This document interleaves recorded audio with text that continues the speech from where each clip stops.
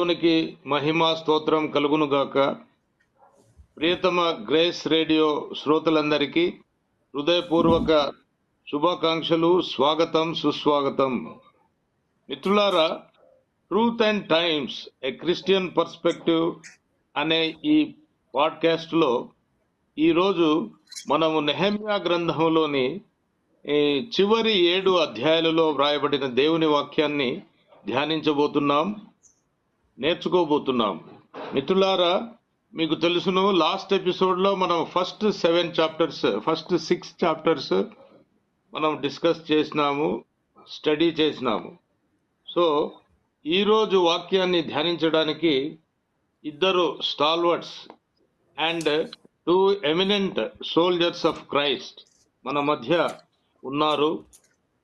వారే డాక్టర్ రవికుమార్ దరివేముల గారు, pastor good shepherd church మరియు హైదరాబాద్, మరియు advocate cum Christian ideologue Daniel Vijay Prakash Gonthupuli గారు. వీరిద్దరూ మన మధ్య ఉన్నారు. వీరికి హృదయపూర్వక కృతజ్ఞతలు, నిండు వందనాలు, స్వాగతం, సుస్వాగతం. మిత్రులారా, పాస్టర్ గారి ప్రార్థనతో నేటి కార్యక్రమాన్ని ప్రారంభించుకుందాం. ప్రార్థించుకుందాం. పరిశుద్ధ ప్రేమలు మా తండ్రి దగ్గర నీ పాదములకు వెళ్ళిన స్తోత్రం చెల్లిస్తామైనా, ప్రత్యేకంగా ఈ దినం నాయన పాడ్కాస్ట్ లో నాయన నెహెమ్యా 2వ భాగంగా మేము పాడ్కాస్ట్ చేస్తుండగా నీ సన్నిధి మాతో ఉంచండి నాయన. మీ మాటలు మాకు వినిపించండి. ప్రత్యేకంగా పార్టిసిపేట్ చేసినటువంటి మరి నాయన బ్రదర్ హేమసాగర్ గారిని, మరి అదేవిధంగా మరి నాయన డానియల్ విజయ్ గారిని మీరు దీవించండి, ఆశీర్వదించండి ఆయన ప్రభా. మేమందరం కలిసి నాయన నిన్ను మహింపరచుటకు సమయం మాకు దయచేయమని వేడుకొంచున్నాం తండ్రి ప్రభా. నాయన ఈ వాక్యం ద్వారా నాయన, నీ వాక్యం నాయన ప్రభా శక్తివంతమైనది, ప్రభావితం చేయగలిగేది నాయన ప్రభా. వింటున్న ప్రతి శోధన మీరు దర్శించండి నాయన ప్రభా. నాయన ప్రత్యేకంగా ఈ సమయంలో గ్రేస్ స్టేడియం మీరు జ్ఞాపకం చేసుకోండి నాయన ప్రభా. నాయన పరిచయం చేస్తున్నటువంటి మరి పాస్టర్ సుభాష్ గారిని మీరు దీవించండి, ఆశీర్వదించండి నాయన ప్రభా. ఈ పరిచయ ద్వారా అనేకులకు దీవింపబడటకు సహాయం దయచేయమని నీకే స్తుతులు చెల్లిస్తూ మా ప్రభువు రక్షకుడైన యేసుక్రీస్తు పేట ప్రార్థించి అడిగి వేడుకొంచున్నాం తండ్రి, ఆమేన్. ఆమేన్. మిత్రులారా, ప్రధాన చర్చకు ముందు కొన్ని ఇంపార్టెంట్ న్యూస్ మీ దృష్టికి తీసుకొని వస్తాను. ఏ న్యూస్ అయితే క్రైస్తవులకు మోస్ట్ సిగ్నిఫికెంట్ అని భావించామో వాటిలో ఉన్న ట్రూత్, వాటి యొక్క టైమ్స్ అండ్ క్రిస్టియన్ పర్స్పెక్టివ్ను మీ దృష్టిలోకి తీసుకొని వస్తున్నాము. మొట్టమొదట నేషనల్ న్యూస్. 2026-27 యూనియన్ బడ్జెట్ ప్రవేశపెట్టారు. మీరందరూ చూసి ఉంటారు పార్లమెంటులో. ఈ బడ్జెట్లో మైనారిటీ వెల్ఫేర్కు కేటాయించింది 3,500 కోట్లు. ఈ ఘనత వహించిన ప్రభుత్వం 3,500 కోట్లు మైనారిటీల యొక్క సంక్షేమం కొరకు కేటాయించింది. చూడండి, మైనారిటీలు అంటే క్రిస్టియన్స్ ఉంటారు, ముస్లిమ్స్ ఉంటారు, జైన్స్ ఉంటారు, పార్సీస్, బుద్ధిస్టులు, ఈ విధంగా సుమారు 22% జనాభాకు 3,500 కోట్లు ఇచ్చారు ఘనత వహించిన ప్రభుత్వం. జనాభా ప్రాతిపదికన చూస్తే క్రైస్తవులు 2.3% ఉన్నాం. ఈ 2.3% ఉన్న క్రైస్తవులకు పర్ హెడ్ 145 రూపాయలు ప్రభుత్వం కేటాయించింది. నిజంగా వీరికి మనం తప్పకుండా శుభాకాంక్షలు చెప్పాలి. ఈ యొక్క గొప్ప ప్రభుత్వం కొరకు మనం దేవుని ప్రార్థించాలి. సోదరులారా, నెక్స్ట్ ఆర్టిఫిషియల్ ఇంటెలిజెన్స్ మీకందరికీ తెలుసును. ఢిల్లీలో రీసెంట్గా ప్రపంచ సదస్సు జరిగింది. ఆర్టిఫిషియల్ ఇంటెలిజెన్స్లో ఇండియా ప్రపంచంలోనే వరల్డ్ లీడర్ కాబోతుంది. కాబట్టి ఈ వార్త మనకు ఎంతో గర్వంగా మనమందరము ఫీల్ కావాల్సిన పరిస్థితి ఈరోజు. మిత్రులారా, ఇన్ దిస్ కనెక్షన్ మన క్రిస్టియన్ పర్స్పెక్టివ్ ఏమిటంటే ఒక ఆర్థడాక్స్ స్కూల్ ఆఫ్ థాట్ ఏమంటున్నారంటే ఈ ఆర్టిఫిషియల్ ఇంటెలిజెన్స్ అన్నది మన యువతకు ఈవెన్ సీనియర్స్ కు అందరికీ కూడా ఒక బంగారు దూడ కాబోతుంది, గోల్డెన్ కాఫ్ అని చాలా భావగర్భితమైన ఒక కాన్సెప్ట్ తో ఈ మాటను తెలిపారు ఒక సీనియర్ పాస్టర్ గారు. అదే పంథాలో ఒక యంగ్ పాస్టర్ గారు ఏమన్నారంటే వారి ఒపీనియన్ ఏమిటంటే క్రైస్తవులు కూడా ఆర్టిఫిషియల్ ఇంటెలిజెన్స్ అన్నది ఒక న్యూ టెక్నాలజీ కదా, దీనికి ఏఐ ఫ్రెండ్లీగా ఉంటూ దాని మీద పట్టు సాధించి మోనోపలీ సాధించి దేవుని రాజ్య వ్యాప్తికి కూడా దాన్ని ఒక టూల్గా ఉపయోగించండి అని చెప్పేసి ఒక పాస్టర్ గారు అభిప్రాయపడ్డారు. సో ఈ యొక్క అంశాన్ని ఈ క్రైస్తవ గృహాల్లో చర్చ జరగాలి. ప్రతి పాస్టర్ గారు, ప్రతి మన నాయకులు, మన సిద్ధాంతకర్తలు ప్రతి ఒక్కరూ మన క్రైస్తవ కమ్యూనిటీని గైడ్ చేయాల్సిన అవసరం ఎంతైనా ఉందని భావిస్తున్నాము మిత్రులారా.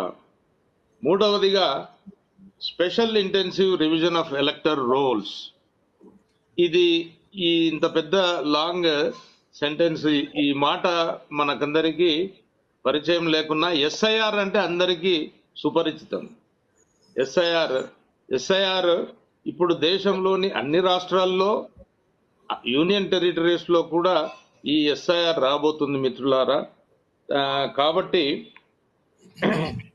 ఓటర్స్ అందరూ, ముఖ్యంగా ఓటర్స్ అందరూ యంగ్ ఓటర్స్ ను, ఎలిజిబుల్ ఓటర్స్ ను ఇంక్లూడ్ చేసి డెడ్ ఓటర్స్ ను మనమే వాలంటరీగా డిలీట్ చేసి మనము ప్రభుత్వంతో సహకరించాలి ఎలక్షన్ కమిషన్ కు. అదేవిధంగా మరీ ముఖ్యంగా మన వంశవృక్షం అంటాం కదా, ఈ వంశావళి మనం కూడా సిద్ధం చేసుకొని రెడీగా ఉండాలి. ఎందుకంటే వంశావళి మన ఈవెన్ ఇన్ లైటర్ వెయిన్ మనం చెప్పుకోవాలంటే ఆదాము నుండి మన తాత అవ్వలు, అబ్బా జేజల వరకు కూడా ఈ డేట్ ఆఫ్ బర్త్లు, దస్తావేజులు అడుగుతున్న పరిస్థితి మనం ఇతర రాష్ట్రాల్లో చూస్తున్నాం. కాబట్టి ఓటర్ లిస్ట్ లో ముఖ్యంగా మన పేర్లు తప్పకుండా ఉండేటట్లు చూసుకోవాలని అందరికీ మనవి చేస్తున్నాను. తరువాత ముఖ్యంగా మణిపూర్లో ఫ్రాట్రిసైడల్ war between Naga Christians and the Kuki Zo Christians. ఇది చాలా దుర్మార్గంగా పెరుగుతూ ఉంది, అఘాయిత్యాలు జరుగుతూ ఉన్నాయి, ఇండ్లు దగ్ధమవుతా ఉన్నాయి. కాబట్టి వాళ్ళిద్దరి మధ్య శాంతి నెలకొల్పాలని, వారిద్దరూ ఐక్యంగా ఉండాలని చెప్పేసి మనం దేవుని ప్రార్థించాలి. మిత్రులారా, మరో విషాదకరమైన విషయం ఏమిటంటే ఛత్తీస్గఢ్ రాష్ట్రము క్రిస్టియన్ పర్సెక్యూషన్ లో నైజీరియాను కూడా మించిపోయింది అని చెప్పడానికి మనం ఏమాత్రం సంకోచించడం లేదు. ఎందుకంటే ఈవెన్ నైజీరియాలో పర్సెక్యూటెడ్ క్రిస్టియన్స్ చనిపోతే వాళ్లకు ఎంతో గౌరవంగా, డిగ్నిఫైడ్ గా మాస్ బరియల్స్, మాస్ గ్రేవ్స్ అక్కడ డిగ్నిఫైడ్ గా ప్రార్థనాపూర్వకంగా జరుగుతున్నాయి. కానీ ఛత్తీస్గఢ్ రాష్ట్రంలో పర్సెక్యూటెడ్ క్రిస్టియన్స్ మరణిస్తే డీసెంట్ బరియల్ కు కూడా వారు నోచుకోవడం లేదు. మరణించి వాళ్ళ ఓన్ ఫీల్డ్స్ లో, సొంత భూముల్లో వాళ్ళను బరీ చేస్తే కూడా దానిని దౌర్జన్యంగా ఎగ్జూమ్ చేసి ఆ శవాలను ఎక్కడికో దూరం అన్నోన్ ప్లేసెస్ కు తీసుకుపోయి వాళ్ళు ఎక్కడో కిరాతకంగా పడవేయడమో లేకుంటే దాన్ని ఏం చేస్తున్నారో తెలియదు, చాలా దౌర్జన్యాలు చేస్తున్నారు మతోన్మాదులు. దీనికోసం ఛత్తీస్గఢ్ క్రైస్తవుల కోసం ప్రార్థించాలని చెప్పేసి మనవి చేస్తున్నాను. మిత్రులారా, మరి ఇంటర్నేషనల్ న్యూస్ కూడా కొన్ని అంశాలు మనం 2-3 మాత్రమే చర్చించి వెంటనే ప్రధానమైన చర్చకు వెళ్దాము. ఇంటర్నేషనల్ న్యూస్ లో ప్రధానమైనది న్యూ వరల్డ్ ఆర్డర్ కాన్సెప్ట్ అన్నది మొన్న ఫిబ్రవరి 23వ తేదీ జర్మనీ మ్యూనిక్ లో జరిగిన వరల్డ్ సెక్యూరిటీ కాన్ఫరెన్స్ లో ముఖ్యంగా నాటో కంట్రీస్ అన్ని పాల్గొన్నాయి. అక్కడ ఈ మ్యూనిక్ కాన్ఫరెన్స్ లో న్యూ వరల్డ్ ఆర్డర్ కాన్సెప్ట్ అన్నది ఈ బయటకు వచ్చింది. ముఖ్యంగా American secretary of state Rubio అయితేనేమి, జర్మన్ ఛాన్సలర్ ఫ్రెడరిక్ అయితేనేమి, ఫ్రెంచ్ ప్రెసిడెంట్ ఇమాన్యుయల్ మ్యాక్రోన్ అయితేనేమి, వీళ్ళందరూ యూరోపియన్ యూనియన్ యొక్క అధ్యక్షులు ప్రపంచంలో కొత్త ఆర్డర్ రాబోతుంది, పాత ఆర్డర్ నశిస్తుంది అని చాలా వివాదాస్పదమైన కాంట్రవర్షియల్ కాన్సెప్ట్ను బయటికి తీసుకొని వచ్చారు. ఒక పొలిటికల్ కాన్సెప్ట్ ఇది టాక్ ఆఫ్ ద టౌన్ గా మారింది నేడు. మీరందరూ విని ఉంటారు. ముఖ్యంగా మన క్రిస్టియన్ పర్స్పెక్టివ్ ఏమిటంటే అంటే ప్రకటన గ్రంథంలో వ్రాయబడినట్టు మనకందరికీ చిన్నప్పటి నుంచి ఇది గుప్పాలతో నేర్పిస్తుంటారు కాబట్టి మనకందరికి తెలుసును. యాంటీ క్రైస్ట్ నేతృత్వంలో వన్ వరల్డ్ గవర్నమెంట్ అన్నది ఈ చివరి రోజుల్లో ప్రారంభమవుతుంది. దేవునికి వ్యతిరేక సైతాను పాలన ఉంటుంది. తదుపరి ప్రభు అయిన యేసుక్రీస్తు యొక్క రెండవ రాకడ సమయంలో సైతాన్ రాజ్యం పూర్తిగా నాశనం అవుతుంది. మిలేనియల్ కింగ్డమ్ అది 1000 ఏండ్ల పరిపాలన ఉంటుంది, దేవుని పాలన ఉంటుంది. ఇది శాశ్వతమైన దైవిక వ్యవస్థ.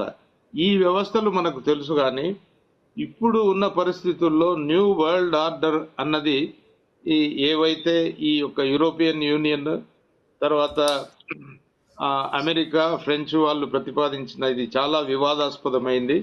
దీనిని గురించి కూడా మన వాళ్ళు లోతుగా చర్చించాలి, అండర్స్టాండ్ చేసుకోవాలి, అనుగుణంగా మనము దానిని ఎదుర్కోవాలి అని చెప్పేసి మీ దృష్టికి తీసుకొని వస్తున్నాం మిత్రులారా.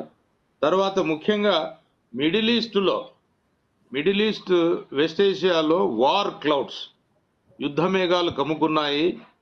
ఒకవైపు శాంతి చర్చలు జరుపుతున్నా కానీ కయ్యానికి కాలు దువ్వుతున్నారు అమెరికా అండ్ ఇరాన్. ఈ రెండు దేశాలు నేడో రేపో మాపో అన్నట్లు యుద్ధం ప్రారంభమయ్యే పరిస్థితి అక్కడ కనిపిస్తూ ఉంది. అదేవిధంగా రష్యా యొక్క యుద్ధకాంక్ష అది కొనసాగుతూనే ఉంది. 4 ఏండ్లు పూర్తి అయిపోయినాయి. రష్యా యుక్రెయిన్ మీద మారణకాండ కొనసాగిస్తూనే ఉంది. కాబట్టి దీన్ని కూడా మన ప్రార్థనా అంశంలో ఇంక్లూడ్ చేయాలని చెప్పేసి మీకు మనవి చేస్తున్నాను. మన నైబర్హుడ్లో కూడా పాకిస్తాన్, ఆఫ్ఘనిస్తాన్ మధ్య యుద్ధం ప్రారంభమైనట్లుగానే కనిపిస్తూ ఉంది. ఫ్రీక్వెంట్గా ఎయిర్ స్ట్రైక్స్ జరపడము, వందల్లో మనుషులు చనిపోవడము జరుగుతూ ఉంది. మిత్రులారా, ఇవన్నీ ఎక్కడ మూడవ ప్రపంచ యుద్ధానికి దారి తీస్తాయో అన్న భయము ప్రజల్లో ఈరోజు నెలకొని ఉంది.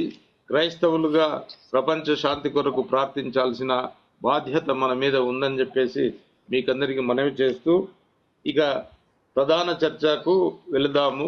గౌరవనీయులైన మన డిస్టింగ్విష్డ్ స్పీకర్స్ ఇద్దరికి హృదయపూర్వక స్వాగతం, సుస్వాగతం మరొక్కసారి. మొదటి ప్రశ్న గౌరవనీయులు మన అడ్వకేట్ గారికి. సార్, 7-8 అధ్యాయాలలో ముఖ్య అంశాలు గోడల పునరుద్ధరణ, తరువాత హనన్యాల యొక్క అపాయింట్మెంట్ యెరూషలేమును పరిపాలించుటకు, థియాలజీ ఆఫ్ జీనియాలజీ, ఎజ్రా గారి యొక్క ఎజ్రా గారు ధర్మశాస్త్రం చదివి వినిపించినప్పుడు గొప్ప పశ్చాత్తాపము, రివైవల్ జరిగాయి. ఈ అంశాలలోని థియలాజికల్, అడ్మినిస్ట్రేటివ్ అండ్ సోషలాజికల్ పర్స్పెక్టివ్ను వివరించండి. మీకు 15 నిమిషాలు sir. Thank you very much. Thank you. So మీరు చెప్పినట్టు మనం చూస్తే బ్రీఫ్ అవుట్లైన్ చక్కగా చాలా స్పష్టంగా ఇచ్చారు. ప్లస్ ఇంటర్నేషనల్ సినారియోని కూడా ఎక్స్ప్లెయిన్ చేయడం very thank you uncle. So ఇక్కడ మనం ప్రధానంగా ఈ 2 చాప్టర్స్లో మనం ఇవాళ ఉన్న క్రైస్తవులుగా మనం నేర్చుకోగలిగింది ఏంటంటే the importance of leadership and delegation. So నాయకత్వం యొక్క ప్రాధాన్యత, ప్లస్ నాయకుడు ఎవరెవరితో ఏమేం చేయించాలి, ఎలా చేయించాలి, దానికి ఏమేమి ప్రామాణికంగా తీసుకోవాలనేది కూడా చాలా స్పష్టంగా ఇక్కడ మనం అర్థం చేసుకోవాల్సిన అవసరం ఉంది నేటి సంఘం. ఎందుకంటే ఇవాళ మనకున్న క్రైస్తవ సంఘాలకి ఇవే లోపిస్తున్నాయి. సమర్థవంతమైన నాయకత్వం, at the same time unity, ఎవరెవరికి ఏం డెలిగేట్ చేయాలి అనే దగ్గరే ఆ డిఫరెన్సెస్ రావడం, ఇంటర్నల్గా క్లాషెస్ ఉంటాయి అనమాట. సిమిలర్లీ ఇంకోటి బాగా ఇక్కడ మనం దీనిలో గమనించుకుంటే ఈ 2 అధ్యాయాలు చూస్తే సమకూడడం, ఒకే దగ్గర సమకూడడం అనేది చాలా ప్రాధాన్యతను సంతరించుకుంది. అట్లాగే the importance of understanding the scripture, Ezra గారు చక్కగా చదివి వినిపించారు. అంటే దాన్ని అందరూ కూడా విని దాన్ని అర్థం చేసుకోవడం అనేది చాలా ముఖ్యమైనది కూడా బ్రీఫ్గా చూసుకుంటే మనం ఈ 3 అంశాలు ఇక్కడ ఈ 2 అధ్యాయాలు మనకు కవర్ అవుతున్నాయి. So let us go in bit in depth. ఇక్కడ 7 అధ్యాయాలు మనం చూసినట్లయితే మొట్టమొదటి 2వ అధ్యాయం 7:2 చూస్తే నెహెమ్యా గారు వాళ్ళు నియమించారు. నెహెమ్యా గారు నాయకులు నియమించారు. నాయకుల్ని నియమించినప్పుడు ప్రధానంగా ఆయన తీసుకుంది ఏంటి? వాళ్ళు దేవుని యందు భయభక్తులు కలిగి ఉన్నారు. దేవుని యందు భయభక్తి కలిగి ఉన్న వారినే నియమించాడు ఆయన. సో నాయకుడుగా నియమింపబడే వాళ్ళు దేవుని యందు భయభక్తులతో ఉన్నట్లయితే ఖచ్చితంగా వాళ్ళ యొక్క నాయకత్వం బాగుంటుంది. దేవుడి దగ్గర పొందే జ్ఞానం ద్వారా వాళ్ళు తమ యొక్క విధుల్ని నిర్వహించడం వలన ఖచ్చితంగా మంచి రిజల్ట్ వస్తుంది. దేవుడికి ఆమోదయోగ్యమైన నడకలో అందరిని కూడా నడుపుతారు వాళ్ళు. So that is much important. మన సంఘాలను కూడా గ్రహించుకోవాల్సిన అవసరం అది ఉంది. రెండోది ఇక్కడ స్పష్టంగా చూస్తే మనకి when we want achieve hour goals, మన యొక్క ఏమైనా మన యొక్క ధ్యేయాల్ని మనం సాధించుకోవాలంటే మంచి సమర్థవంతమైన నాయకత్వం కావాలి. ఎట్లా at the same time control ఉండాలి. ఓవరాల్ కంట్రోల్ కూడా ఉండాలి. సో ఇక్కడ వీ కుడ్ సీ దట్ నెహెమ్యా యొక్క లీడర్షిప్లో మనం చూడగలిగాం. తర్వాత అన్నిటికంటే ప్రధానమైంది 7:3 తీసుకుంటే 7 అధ్యాయం 3 వచ్చిన మనం చూసినట్లయితే గేట్లు తెరవడం, మూసివేయడం. సో అది ఆయన ఏం చెప్పాడు? ఎండ వచ్చినాక తెరవాలి, అందరూ ఉండగానే మూసివేయాలి అనేది. అంటే it shows the importance of the security.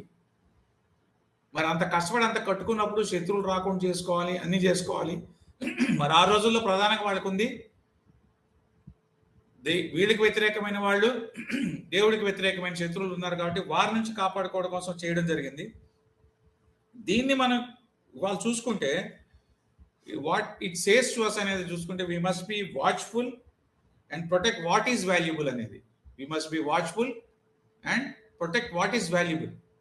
So మనకి ఏదైతే అతి ప్రాముఖ్యమైందో దాన్ని మనం కాపాడుకోవాల్సిన బాధ్యత ఉంది. సో దానిలో మనం చూసుకుంటే వాళ్ళు మనకి ఏమున్నాయి? విశ్వాసం, కుటుంబం, కమ్యూనిటీ. సో మన విశ్వాసాన్ని కాపాడుకోవాల్సిన బాధ్యత చాలా ఉంది. మన విశ్వాసాన్ని కాపాడుకోవాలంటే ఏం చేయాలో మన అందరికీ కూడా తెలుసు. సో ఇక్కడ ప్రధానంగా మనం దాన్ని ఎలా చూసుకోవాలంటే మన విశ్వాసాన్ని కాపాడుకునే పరిస్థితులు వాళ్ళ సంఘం ఉంది. మీరు ఇందాక చెప్పిన దాన్ని చూసుకుంటే రెవల్యూషన్స్లో ఏమేమైతే ఉన్నాయన్నీ కూడా నెరవేర్పుకి దగ్గరలోనే స్టార్ట్ అయినాయి. ఒక్కొక్కటి స్టార్ట్ అయినాయి. Some certain things have started. So ఇప్పుడు అది మన విశ్వాసానికి పరీక్ష. ఇప్పుడు అది మనకి విశ్వాసానికి 1 వరల్డ్ 1 కరెన్సీ. ఇంకా ఒక న్యూస్ నేను ఏదో చూస్తే నా వైఫ్ ఫార్వర్డ్ చేసింది, April 1 నుంచి అసలు అంతా ఆన్లైనే అనే పుకార్లు కూడా వస్తున్నాయి. ఏమో వాట్ విల్ హ్యాపెన్ అనేది మనకు తెలియదు. It may come or may not come, what it may B. So సంఘం వీటన్నిటి కూడా సిద్ధపడి ఉండాలి. అంటే ఆటోమేటిక్గా ముద్ర ఉన్నోళ్లే అనే పరిస్థితి కూడా వచ్చేస్తుంది నెక్స్ట్. సో ఇక్కడ మన విశ్వాసాన్ని కాపాడుకోవాల్సిన చాలా అవసరం ఉంది. సిమిలర్లీ కుటుంబాన్ని ఇవాళ లాస్ట్ టైం కూడా నేను షేర్ చేస్తున్నాను. In most of the courts చూస్తే more Christian families have applied for divorce.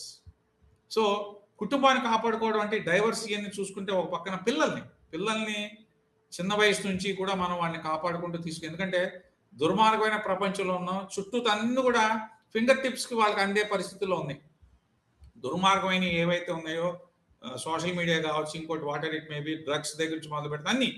So అన్నీ కూడా వాళ్ళకి జస్ట్ ఏదో కోతబేట దూరంలో అన్నట్టు రెడీగా ఉన్నాయి. ఎటుకంటే యాక్సెసిబిలిటీ అవసరం, డోర్ డెలివరీ కూడా ఉన్నాయి అన్నీ. సో అటువంటి పరిస్థితుల్లో పిల్లల్ని కాపాడుకోవాల్సిన బాధ్యత తల్లిదండ్రుల మీద ఉంది. సో ఇక్కడ సంఘం యొక్క రోల్ వస్తుంది. సిమిలర్లీ కమ్యూనిటీ, ఇక్కడ కమ్యూనిటీ అంటే లార్జర్ పర్స్పెక్టివ్ తీసుకుంటే మళ్ళీ మన చర్చే. సో ఈ మూడింటిని కూడా కాపాడుకోవాల్సిన ఇదేని దాన్ని ఖచ్చితంగా 7:3 నుంచి మనం నేర్చుకోవాల్సిన అవసరం ఉంది.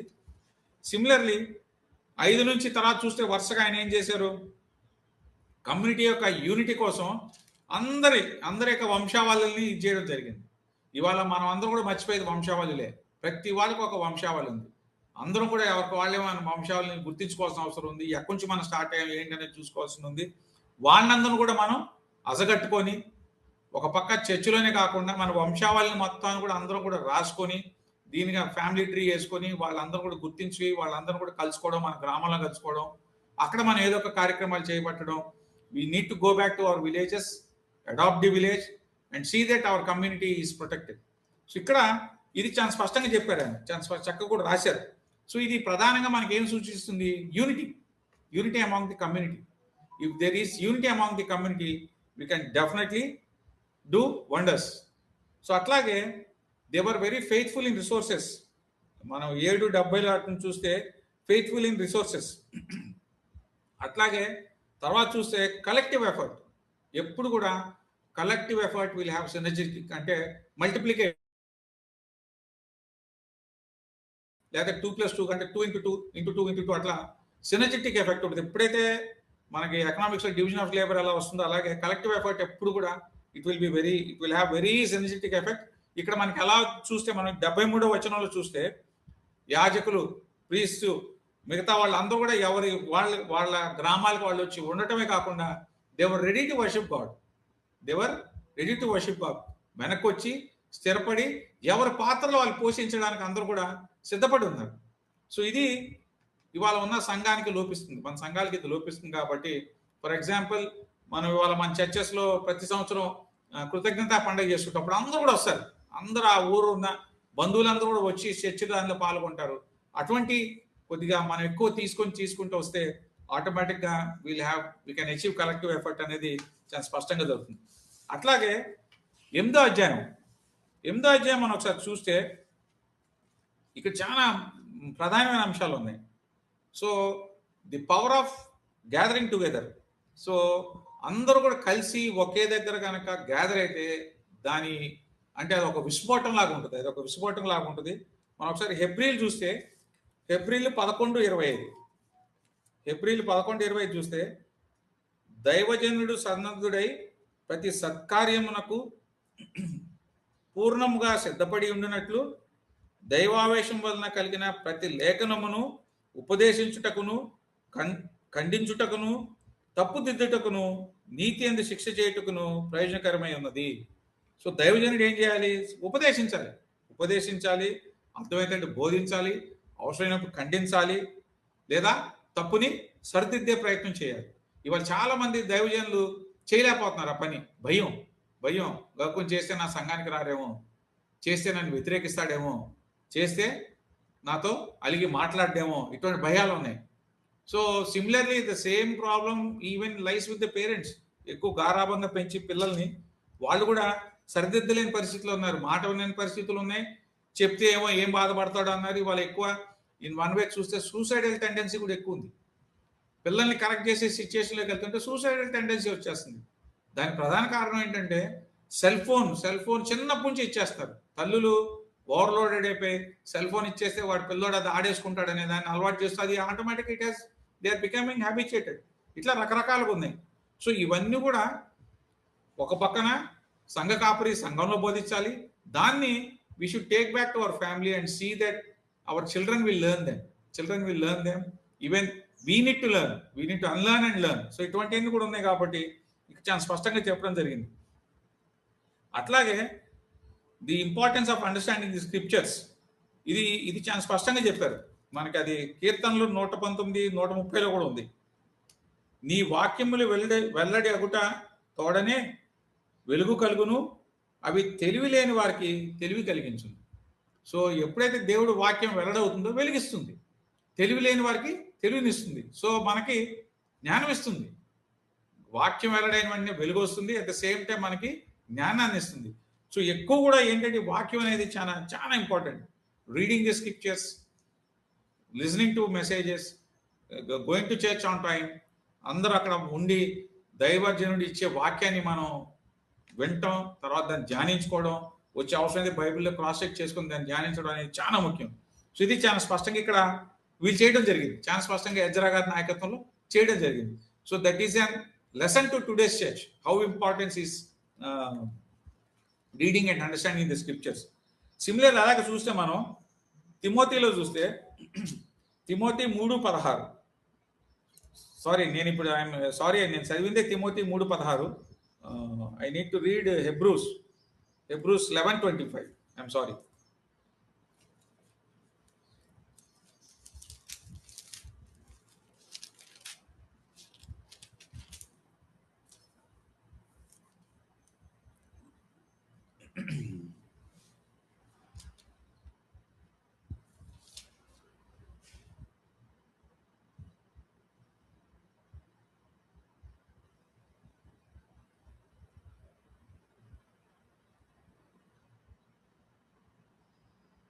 Sorry, it's not 11:25, 10:25. Hebrews 10:25. కొందరు మానుకొనుచున్నట్టుగా సమాజముగా కూడుట మానక ఒకనినొకడు హెచ్చరించుచు ఆ దినము సమీపించుట మీరు చూచిన కొలది మరీ ఎక్కువగా అలాగ చేయుచు ప్రేమ చూపుటకునకును సత్కార్యములు చేయుటకును ఒకనినొకడు లేనని ఆలోచింతుము. ఇందాక నేను చదివిందేమో ఇట్స్ తిమోతి, 2 తిమోతి 3:6. ఇప్పుడు చదివిందేమో హెబ్రీలు 10:25. సో సమాజంగా కూడుకొనుట అనేది చాలా ముఖ్యం. అది చాలా స్పష్టంగా మనకి ఇక్కడ రాయబడి ఉంది. సో సమాజంగా కూడుకోవాల్సిన అవసరం ఉంది. చాలా తగ్గిపోతుంది, రాను తగ్గిపోతుంది. Only Sunday. వాళ్ళు ఉన్న పరిస్థితుల్లో క్రైస్తవులందరూ కూడా ఆదివారం క్రైస్తవులు, ఇంకా చాలా మంది అయితే పండగ క్రైస్తవులాగా అయిపోయాం. సో అలా కాకుండా regularly we need to meet. సంఘాల్లో అది అలవాటు చేయాలి. సంఘంలో కాకపోతే ఒక్కొక్కసారి ఒక్కొక్క ఇంట్లో, లేదు దూరభారం ఉందనుకుంటే దగ్గరలో ఉన్న వాళ్ళ ఇంట్లో వాళ్ళే రెగ్యులర్గా దే కెన్ మీట్. సో ఇది చాలా మంది మానుకున్నారు. సో వాళ్ళు మానుకున్నట్టు కాకుండా మనం దీన్ని అలవాటు చేసిన అవసరం చాలా ఉంది. సో ఇవాళ ఇవన్నీ కూడా మనకి ఏంటంటే they are very very big task on the సంఘ కాపురం మీద కానీ సంఘ నాయకుల మీద. ఇది ఒక ఇంపార్టెంట్ టాస్క్. ఎందుకంటే రెగ్యులర్గా కూడుకోవాలి. మనకి ఇంకొక reference I could not get that reference, but ఇంటింటా రొట్టె విరిచిర అనేది కూడా ఉంది. సో ఇవన్నీ కూడా మనం సంఘానికి అలవాటు చేయాలి. సంఘానికి అలవాటు చేయకపోతే ఏమవుతుందంటే వాళ్ళు డిస్ట్రాక్ట్ అయ్యే పరిస్థితులు ఉన్నాయి. వాళ్ళకున్న ఏమంటారు సోషియో పొలిటికల్ ఎకనామిక్ కండిషన్స్ వలన వాళ్ళు ఎటంటే అటు వెళ్ళిపోయే పరిస్థితులు ఉన్నాయి ఇవాళ. ఎందుకంటే రెక్కాడితే దొక్కాడే పరిస్థితుల్లో ఎవరి స్థాయిలో వాళ్ళకి అదే పరిస్థితి ఉంది. గ్రామాల్లో ఉంటే పని దొరక బాధపడుతున్నారు, సిటీస్లో ఉంటే చాలని జీతాలు ఉంటున్నారు. ఇద్దరు ఉద్యోగం చేసిన పొద్దున వెళ్తే రాత్రి ఎప్పుడుకో వస్తుంటారు పాపం. పిల్లలు అట్ ది సేమ్ టైం పిల్లలు. సో ఇటువంటి పరిస్థితుల్లో ఎలాగా వాళ్ళని కూడుకునేటట్టు చేస్తాం అనేది కూడా we need to work out certain mechanisms, certain strategies work out చేయాలి. ఖచ్చితంగా they have they problems, they need to overcome. When they will overcome అంటే ఎప్పుడైతే వాక్యాన్ని ధ్యానిస్తారో వెలుగు వస్తుంది, జ్ఞానం వస్తుంది అనేవి మనం వాళ్ళకి చెప్తూ వాక్యాన్ని కనీసం వాళ్ళ ఫ్యామిలీ వరకు ధ్యానించుకునేటట్టు మ్యాక్సిమం కూడుకోవడం. సో ఇది ఖచ్చితంగా దీనికోసం దృష్టి పెట్టాల్సిన అవసరం చాలా ఉంది సంఘాలు ఇవ్వాలి. ఎందుకంటే జీతాలు పెరగట్లేదు, కాస్ట్ ఆఫ్ లివింగ్ చాలా పెరిగిపోయి టెన్షన్స్ క్యారీ చేసి అప్పులు పాలైపోయి బ్యాంక్ లోన్స్ అందలోన్లు, చిన్న లోన్స్, ప్రైవేట్ లోన్స్ తీసుకొని చిన్న భిన్నమయ్యే పరిస్థితులు ఉన్నాయి. సో వీటిని అధిగమించాలంటే ఏం చేయాలి? దేవుడు ఒక్కడే మార్గం అనే కోణంలో మనం వాళ్ళకి చెప్తూ తీసుకురావాల్సిన అవసరం ఉంది. ఎందుకంటే ఇవాళ మనం వరల్డ్లీ థింగ్స్ మీద ఆధారపడిపోతున్నాం ఎక్కువ. ఎందుకంటే మనకి విశ్వాసం స్థాయిలు తగ్గిపోవడం వల్ల వరల్డ్లీ థింగ్స్ మీద ఆధారపడిపోయి పక్కన వాళ్ళ దగ్గర అప్పు తీసుకుందాం ఈ పరిస్థితులకు మనం వెళ్ళిపోతున్నాం. కాబట్టి ఒక best example I want to share. ఒకసారి ఏసన్న గారు వాళ్ళ సంఘంలో ఉన్నారంట. సో అందరూ ఉన్నప్పుడు everything was there, they had all the provisions. అగ్గిపెట్టి తీసుకురావడానికి ఎవరి దగ్గర డబ్బులు లేవు. సో అప్పుడు ఒక సిస్టర్ అందంట, అన్న పక్కింటికి వెళ్ళి అగ్గిపెడితే, పక్కన వాళ్ళ దగ్గర అగ్గిపెడితే అన్న అందంట. ఆయన మందలించి మోకరించి ప్రార్థన చేయండి అంట. ప్రార్థన చేసి ప్రార్థన ముగించేలోపు ఒక తాగుబోతు వచ్చి అన్న ఏసన్నా అని చెప్పి ఇంత డబ్బులు ఆయన దోషులు వేశాడంట. ఎప్పుడు ఆయన వచ్చినప్పుడు ఆయనకు వాక్యం చెప్పాడంట, ఆయనకి డబ్బులు ఇచ్చి పంపించాడంట. ఆ రోజు ఆయన భూమి స్థలం ఏదో అమ్మితే దానిలో దశభాగం తీసుకొచ్చి ఇచ్చింది. సో ఆ ఫెయిత్ లెవెల్కి మనం ఎప్పుడు వెళ్తాము? It's a learning to all of us. మనం ఎప్పుడు వెళ్తాం? ఎవరినో ఒకరిని బ్లేమ్ చేయడం అనేది దాన్ని అనుకుంటా. దేర్ ఆర్ మెనీ ఇట్లాంటి చాలా ఉన్నాయి, మన సేవకుల దగ్గర చాలా ఉన్నాయి ఎగ్జాంపుల్స్. ఇవి బాగా పబ్లిష్ చేయాలి, చేసినప్పుడు ఆటోమేటిక్గా అందరు విశ్వాసాలు ఉంది. సాక్ష్యాలు ఎక్కువ పంచుకోవాలి. ఎక్కువగా సంఘాల్లో లోపించేది వాళ్ళంటే సాక్ష్యాలు పంచుకోవడం. చిన్న సాక్ష్యాన్ని పంచుకోవచ్చు, తప్పేం లేదు, చిన్న సాక్ష్యాన్ని పంచుకోవచ్చు. ఇవాళ మార్నింగ్ నేను వస్తుంటే రెగ్యులర్గా ఇక్కడ మాతో సహవాసం ఉండే అతను చెప్పాడు, లాస్ట్ టైం నన్ను ఎక్కించడానికి వచ్చినప్పుడు మీ ఇద్దరం కూర్చొని కొంచెం మాట్లాడుకుంటాం బస్ కోసం వెయిట్ చేస్తాం. సో మా ఇద్దరి మధ్యలో ఫోన్ పెట్టాడంట. మాట్లాడుకునేలో బస్సు వస్తే ఫోన్ అక్కడ మర్చిపోయి వచ్చాడు అతను నన్ను ఎక్కించేసిన. మళ్ళీ గబగబా గుర్తుకొచ్చి వెనకెళ్తే లేదు. ఇంటికెళ్ళి వేరే ఫోన్లో చేస్తే ఇట్ వాస్ స్విచ్డ్ ఆఫ్. బాగా ప్రార్థన చేసుకొని వెళ్ళి పోలీస్ కంప్లైంట్ ఇచ్చాడు. His phone was recovered. ఇవాళ సంతోషంగా సార్ నా ఫోను పోలీసు వాళ్ళు రికవర్ చేసి ఇచ్చేది పలానోడు ఈ ఊరోడు తీసుకున్నాడు అని చెప్పి. అతను చాలా విశ్వాసంతో ప్రార్థన చేస్తాడు, ఎప్పుడు చాలా విశ్వాసంతో. అతనికి ప్రతి వారంలో సాక్ష్యాలు ఉంటాయి, చాలా విశ్వాసంతో. అట్లా అతని నుంచి నేను కూడా నేర్చుకున్నాను. సో ఇట్లా మనం ఖచ్చితంగా ప్రార్థనే మనకి, వాక్యం ప్రార్థన అనేది చాలా ముఖ్యం. కాబట్టి ఈ దిశగా మన సంఘాలను కూడా ప్రయాణించాలని చెప్పి తెలియపరుస్తూ ముగిస్తున్నాను. Thank you. అద్భుతమైన సందేశం విజయ్ గారు.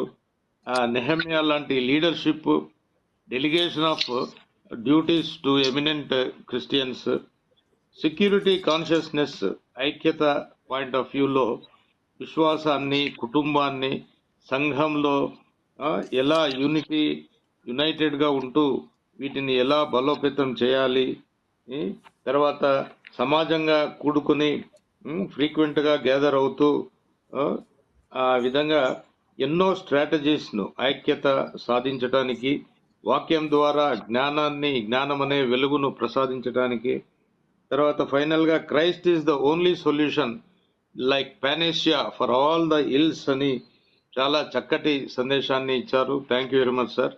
రెండవ ప్రశ్న గౌరవనీయులు మన పాస్టర్ గారికి. సార్, 9 మరియు 10వ అధ్యాయాలలోని అత్యంత ప్రధానమైన అంశాలు వచ్చేసి కౌంట్ యువర్ బ్లెస్సింగ్స్, కన్ఫెషన్ పాపపు ఒప్పుకోలు, మరియు కవనెంట్ నిబంధనను పునరుద్ధరించడం. ఈ అంశాల పై మీ సందేశాన్ని ఇవ్వాల్సిందిగా కోరుతున్నాం సార్. మీకు 10 నిమిషములు sir. Thank you very much. Thank you brother Sagar. ఈ సమయంలో నిజంగానే దేవుడు మన ఇడల గొప్ప కార్యాలు చేశాడు. సో కౌంట్ యువర్ బ్లెస్సింగ్స్, మనం పాట కూడా పాడతాం కదా. ఆయన చేసినటువంటి గొప్ప కార్యాలను మనము లెక్క పెట్టలేం, అన్ని చేశాడు మన జీవితంలో. 9వ అధ్యాయంలో చూసినట్లయితే మరి నెహెమ్యా 9లో మరి ఎజ్రా యొక్క ప్రార్థన చేస్తున్నట్లుగా మనం చూస్తూ ఉంటున్నాం. ప్రార్థనలో మొట్టమొదటిగా దేవుని యొక్క గ్రేట్నెస్, గొప్పతనం.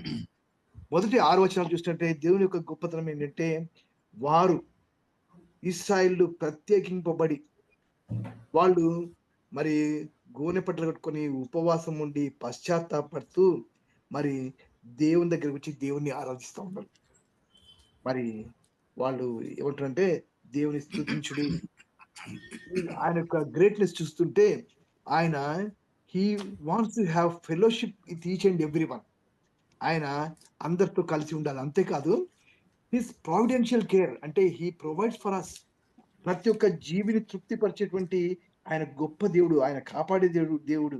అందుకనే ప్రతి ఒక్క సృష్టి ఆయనకు నమస్కారం చేస్తుంది అని చెప్పేసి దేవుని, ఈవెన్ ఏంజల్స్, దేవదూతలు కూడా ఆయన్ని వర్షిప్ చేస్తూనే ఉంటారు. మరి ఆ తర్వాత గుడ్నెస్, హిస్ గుడ్నెస్ అంటే his blessings.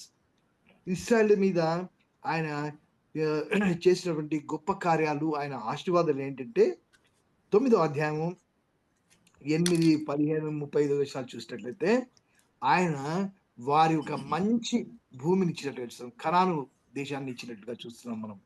And he gave లా, దేవుడు ధర్మశాస్త్రాన్ని ఇచ్చాడు మోషే ద్వారా వాళ్ళకు. వారికి మరి ఏ మినిస్ట్రీ ఆఫ్ స్పిరిట్, ఉపకార ఆత్మను దయచేసితివి. అంతేకాదు ఆయన మన్నా ఇచ్చాడు, 40 సంవత్సరాలు మన్నాతో పోషించాడు. వారికి ఉదకం అంటే నీళ్లు ప్రొవైడ్ చేశాడు. మరి అంతేకాదు మరి న్యాయాధిపతులు చూసినట్లయితే వాళ్ళు పొరపాటు చేసి వాళ్ళు దేవునికి దూరం అయ్యి మరి శత్రువులను వాళ్ళ చేతికి అప్పగించినప్పుడు వాళ్ళు ఇశ్రాయేలు మొరపెడితే, కష్టంలో బాధలో మొరపెడితే డెలివర్స్, హి సెంట్ డెలివరర్స్, అంటే రక్షకులను పంపించినట్టుగా మనం చూస్తున్నాం. ఇది 9వ అధ్యాయంలో చూసినట్లయితే అంతేకాదు దేవుడు ఏమి వీళ్ళ దేశాన్ని అభివృద్ధి చేశాడు. 7వ అధ్యాయానికి 18వ చూసినట్లయితే అబ్రహాంని ఫస్ట్ ఏర్పరచుకున్నాడు. తర్వాత అబ్రహాం తర్వాత ఇస్సాకు, యాకోబు, మరి ఆ సంతానం అంతా మరి అభివృద్ధి చెంది మరి కానాన్లో వెళ్ళిన తర్వాత కానాన్ నుంచి బయటకు తీసుకొని వచ్చి ఒక దేశంలో ఏర్పాటు చేసుకున్నాడు ఆయన. అంతేకాదు గాడ్స్ కవెనెంట్, దేవుడు వారికి ఒక వాగ్దానం చేస్తున్నాడు అబ్రహాం ద్వారా. And he leads the nation. అంతేకాదు వారు పొరపాట్లు చేస్తే మరి వాళ్ళను శిక్షించినాడు కూడా. 30వ వచనం చూసినట్లయితే వారు అనేక సంవత్సరాలు వారిని ఓర్చి నీ ప్రవక్తల ద్వారా నీ ఆత్మచేత వారి మీద సాక్ష్యం ఉంది. God is in touch with them. అప్పుడప్పుడు ప్రవక్తలు పంపిస్తా ఉన్నాడు, కానీ వాళ్ళు అప్పుడప్పుడు మాటలు వినడం లేదు. దేవునికి దూరంగా ఇష్టం లేని పనులు చేస్తూ ఉంటే వారు వినకపోయి అప్పుడు ఏం చేశారంటే ఆయా దేశంలో జనుల చేతికి వారిని అప్పగించేది. ఎందుకు అప్పగించాడు? వీళ్ళు చెప్పిన మాట విననందువలన. గాడ్ దేవుడు ప్రేమించేవాడిని శిక్షిస్తాడంట. అప్పుడు గాడ్ హ్యాస్ ఎ పాసిబుల్ ఏంటంటే హ్యాస్ కన్సర్న్ ఫర్ ఇజ్రాయలైట్స్. ఆ కన్సర్న్ వల్ల ఏం చేస్తాడంటే వాళ్ళను డిసిప్లిన్ చేయడం, శిక్షించి దగ్గర చేర్చుకోవడం. ఆ విధంగా మరి హిస్ గుడ్నెస్. అంతేకాదు గాడ్స్ గ్రేస్, ఎన్నిక లేని వారిని ఆయన ఎన్నుకున్నాడు, అయోగ్యుల్ని ఆయన ఎన్నుకున్నాడు. ఆయన ఏంటంటే మనం ఎన్నిసార్లు తప్పు చేసినా క్షమించేటువంటి దేవుడు, కృప కలిగినటువంటి దేవుడు, గొప్ప దేవుడు, కృపా కనికరములు గల దేవుడు అయి ఉన్నావు. 31వ వచనం చూసినట్లయితే 9వ అధ్యాయం. అంతేకాదు మరి ఆయన న్యాయస్థుడైనటువంటి దేవుడు. నీవు సత్యంగానే ప్రవర్తించి కానీ మేము దుర్మార్గులమైతే అని చెప్పేసి అంటా ఉన్నారు. మీ ఆజ్ఞలను మీ సాక్ష్యం మేము వినలేదు, మేము వినకపోయినము, కానీ ఆ ఉపకారమును మీరు చూపిన ఉపకారం తలంచగా వారికి ఇచ్చిన విస్తారమైన ఫలాంత భూమి అనుభవించుడు. నిన్ను సేవింకపోయి వారికి విస్తారమైన భూమి ఇచ్చినావు, వారికి విస్తారమైన పంట ఇచ్చినావు, అన్ని ఇచ్చినావు అనుభవించడానికి, కానీ వారు నిన్ను సేవించలేదు. అయినా నీవు ప్రేమిస్తావు వాళ్ళని. వారి చరిత్రను విడిచి మారు మనసు పొందకపోయినా కానీ స్టిల్ యు ఆర్ లవింగ్. అది గాడ్స్ గ్రేస్ అంటే. మనము ఎన్నిసార్లు తప్పులు చేసినా దేవుడు ప్రభువా నన్ను క్షమించు ప్రభు అంటే క్షమించేటువంటి గొప్ప దేవుడు. ఇంత మంచి క్వాలిటీ ఏ దేవుడికి ఉండదు. ఒక దేవుడు, మన దేవుడు, ఏకైక దేవుడు. మరి ఆ దేవుడిని మనం మర్చిపోకూడదు. ఆ దేవుణ్ణి మనం ఎల్లప్పుడూ మనము ఆరాధించాలా, మరి స్తుతించాలి. అని చేసిన మేళ్ళని బట్టి ఆయన ప్రార్థించాలి. మరి అదేవిధంగా 10వ అధ్యాయం చూసినట్లయితే మరి God has touch their hearts. ప్రార్థన చేసినప్పుడు అందరు మూవ్ అయిపోయినారు. God transforms. దేవుని బిడ్డలను ఆయన మార్చుకుంటాడు. మరి ఆ మార్చుకున్నప్పుడు ఏంటంటే they will take some decisions. అయ్యా నిజంగానే దేవుని వాక్యం విన్న తర్వాత, దేవుని స్తుతించిన తర్వాత, దేవుడు మా జీవితంలో చేసిన మేలన్నిటిని బట్టి మేము we want to do something అని చెప్పేసి వాళ్ళు కొన్ని నిర్ణయాలు తీసుకుంటారు. 10వ అధ్యాయంలో చూడండి ఒకసారి. మొదటిది ఏంటంటే 28వ వచనం చూసినట్లయితే 10:28లో చూసినట్లయితే మన ప్రభువైన యెహోవా నిబంధనలు కట్టడలను ఆచరించుదమని శపథం పూని ప్రమాణం చేయటకు కూడిరి. అందరూ దే ఆర్ ఆల్ గ్యాదర్డ్. ఒక ప్రామిస్ చేస్తారు. అయ్యా నీ యొక్క కట్టడలు, నీ యొక్క విధులు, నీ యొక్క ఆజ్ఞలు మేము పాటిస్తాం అని చెప్పేసి ఒక శపథం, ఒక they promised, they gave an oath. అది బైండింగ్ అన్నమాట. అది కదా. వీళ్ళందరూ కూడా ఇక్కడ చేరి ఒక డెసిషన్ తీసుకున్నారు. నెంబర్ 2 ఏంటంటే మరి మాలో we are all separate people, we are holy people, దేవునికి ఇష్టమైన పీపుల్. కాబట్టి అక్కడ 30వ వచనం చూసినట్టే మేము దేశపు జనులను మా కుమార్తెను ఏకుయు వారి కుమార్తెను మా కుమారులకు పుచ్చుకొనకు ఉందుమని మరి వాళ్ళు ఒకటి డిసైడ్ చేసుకున్నారు. No inter marriages. అన్యులతో పెళ్లి చేసుకొని వారితో ఉండి దేవునికి దూరం కావడము వాళ్ళకి ఇష్టం లేదు. కాబట్టి they have take an oath. అందరి ముందర ఒక ఓత్ తీసుకున్నారు. 3వది చూసినట్లయితే 31వ వచనంలో విశ్రాంతి దినముకు అమ్మక వస్తువుల్ని కానీ భోజన పదార్థాలని అమ్ముట సెషన్ల విశ్రాంతి దినం కానీ పరిశుద్ధ దినములు కానీ వాటిని కొనకుందుము మరి అని చెప్పేసి ఒక నిర్ణయం తీసుకున్నారు. అంటే విశ్రాంతి దినం ఎవరన్నా అమ్మడానికి వచ్చినా కొనడానికి వచ్చిన వాళ్ళు తోలివేయాలి అంతే. పరిశుద్ధమైనటువంటి దినం, దేవుని యొక్క పరిశుద్ధ దినంగా ఆచరించే దినం, అది ఆయన యొక్క ఆజ్ఞ. కాబట్టి మేము దాన్ని పాటిస్తాము.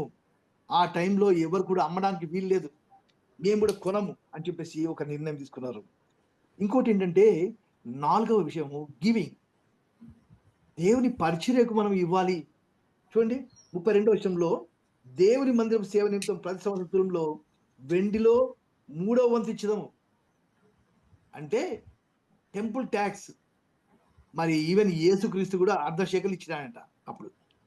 మరి మనము టెంపుల్ మెయింటెనెన్స్ కొరకు, టెంపుల్ కొరకు ఇవ్వాలి, ఆలయం మనం ఇవ్వాలి అని చెప్పేసి దేవుని వాక్యంలో ఉంది.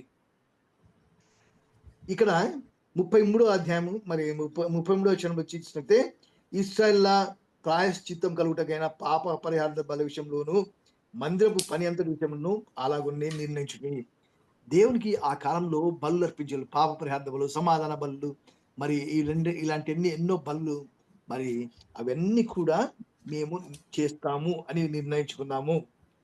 ఇంకోటి ఏంటంటే, యెహోవా బలిపీఠం దహింపజేయుటకు యాజకుల్లో, లేవీల్లో, జనుల కట్టెల అర్పణం మా దేవుని మందిరం ఎవరు దేవున్న వారిని చీట్లు వేసుకొని నిర్ణయించుకోండి. అంటే ప్రతి సంవత్సరం అక్కడ మరి అక్కడ బలి పశువుని చేసిన తర్వాత అక్కడ మంట మండించాలి.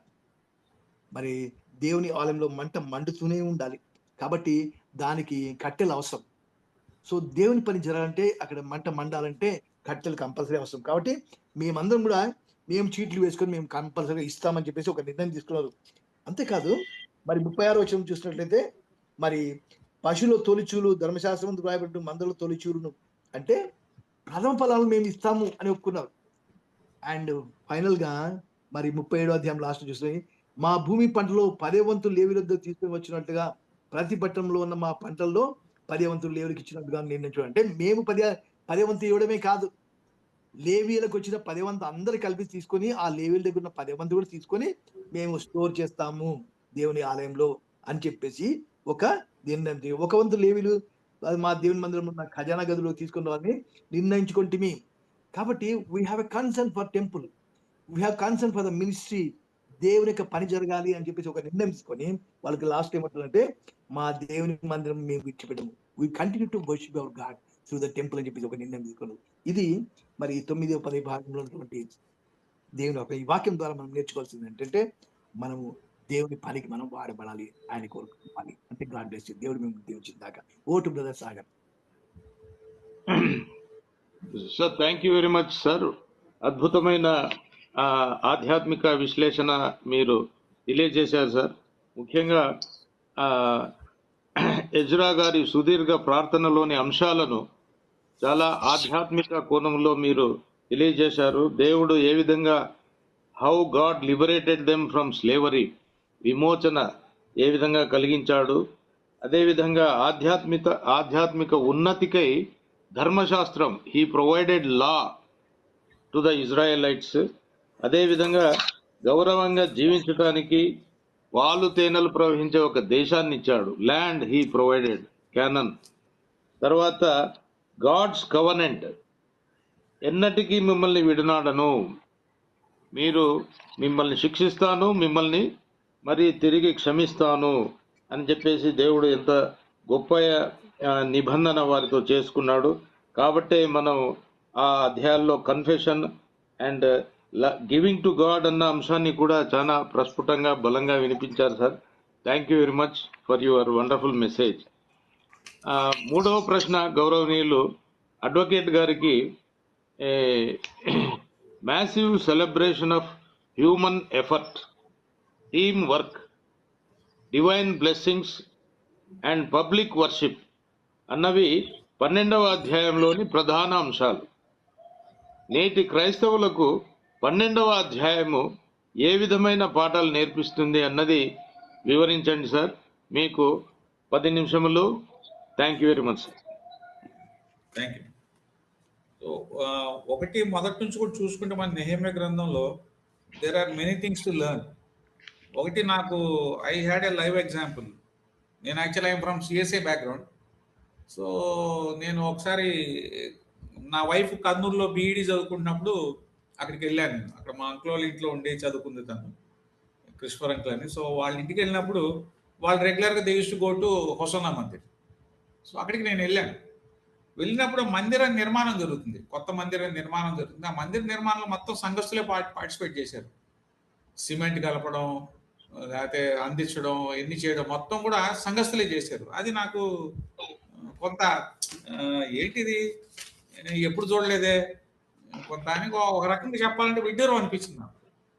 ఎందుకంటే I have never seen in సిఎస్ఐలో అందరూ కూడా ఎక్కువ ఏంటంటే కాంట్రాక్ట్కి ఇస్తారు, కాంట్రాక్టర్స్ వచ్చి పని చేస్తారు. అట్ ద మోస్ట్ ఒకరిద్దరు పెద్దలు ఉండి they will just overseas the work, the implementation work. కానీ నిజంగా సంఘస్థులే డెడికేట్ అయ్యి కట్టడం అనే దానిలో ఉన్న ఆనందం, ఆ యూనిటీ, ఆ కలిసిమెలిసి చేయడం, ఆ స్పిరిట్ అంతా కూడా అది చాలా చక్కగా కనపడింది. అప్పుడు ఐ లెర్న్ మెనీ థింగ్స్ అప్పుడు. సో ఇక్కడ సేమ్ నెహెమ్యా గారు కూడా మా నిర్మాణంలో చూడండి, అందరినీ భాగస్థులు చేసి ప్రతి వాళ్ళని ఎవరి బాధ్యత వాళ్ళకి అప్పచెప్పి అక్కడి నుంచి మొదలు పెట్టుకొని చివరికి వచ్చేసరికి కంక్లూషన్కి వచ్చేసరికి ఎవరి బాధ్యత వాళ్ళకి అప్పచెప్పారు. నిర్వర్తించాల్సిన బాధ్యత ఏది? వర్షిప్కి సంబంధించింది ఎవరి బాధ్యత వాళ్ళకి నిర్వర్తించడం జరిగింది, అప్పగించడం జరిగింది. సో ఇక్కడ ఏమవుతుందంటే ఒకటి స్పష్టంగా మనం 12వ అధ్యాయంలో దేవుని యొక్క సార్వభౌమత్వం చూడగలిగాం. అంటే his sovereignty in fulfilling the promises, restoring his people and re-establish their worship. So ఆయన ప్రజల్ని ఆయన తిరిగి తీసుకొచ్చాడు, వాళ్ళు చక్కగా పునర్నిర్మించుకున్నారు అన్ని, ప్లస్ కృతజ్ఞతగా దేవుణ్ణి ఆరాధించడం చూసాం మనం. సో ఈ 3 ప్రధానంగా సంఘాలు వాళ్ళు నేర్చుకోవాల్సిన అవసరం ఉంది. మన కృతజ్ఞత కలిగి ఉండాలి దేవుడి పట్ల. దేవుడు ఖచ్చితంగా ఆయన వాగ్దానాలు ఏవైతే ఉన్నాయో, లేదంటే ఆయన ప్రామిసెస్ ఏవైతే ఉన్నాయో వాటిని నెరవేర్చడానికి సిద్ధంగా ఉన్నాడు. ఆ కాలానికి లేకపోతే ద టైం ఫిక్స్డ్ బై దేవుడితో ఫిక్స్ చేసిన టైం ప్రకారం జరుగుతాయి.